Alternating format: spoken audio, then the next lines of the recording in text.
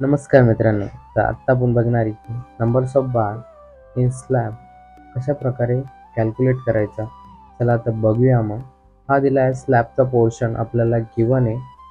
हं. समजा आता ही स्लॅबची लेंथ आहे एल एक्स 5100 mm आणि याची विड्थ आहे ती आहे 2100 mm एल वाय डायरेक्शनला.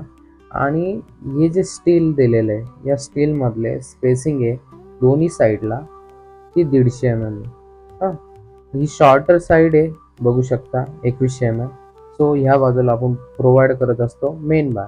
तर पहिल्या आपण मेन बारच्या साईडचं स्टील किती लागणार आहे ते आपण कॅल्क्युलेट करून घेऊया. बघा तर मग मित्रांनो, आता हे डिस्टन्स आहे कोणतं एल एक्सचा. ह्या बाजूला अशा प्रकारे किती स्टील येतील ते बघूया आपण. डिस्टन्स डिवाइड बाय स्पेसिंग करायचं, त्याला +1 करायचं.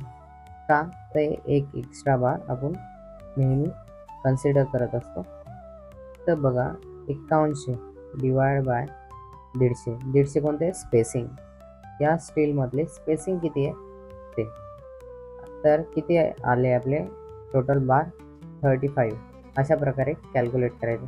आता डिस्ट्रीब्युशन बार कॅल्क्युलेट करू सिमिलरली याच प्रकारे बघू शकता.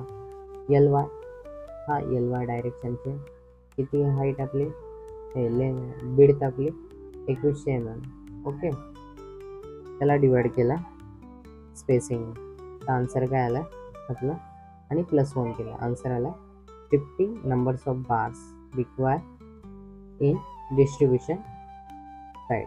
म्हणजे असे आडवे बार्स आहे ना, हे किती लागणार आहे आपल्याला 15, आणि उभे बार्स किती लागणार आहे आपल्याला 35. अशा प्रकारे कॅल्क्युलेट करायचं. Thank you for watching our video.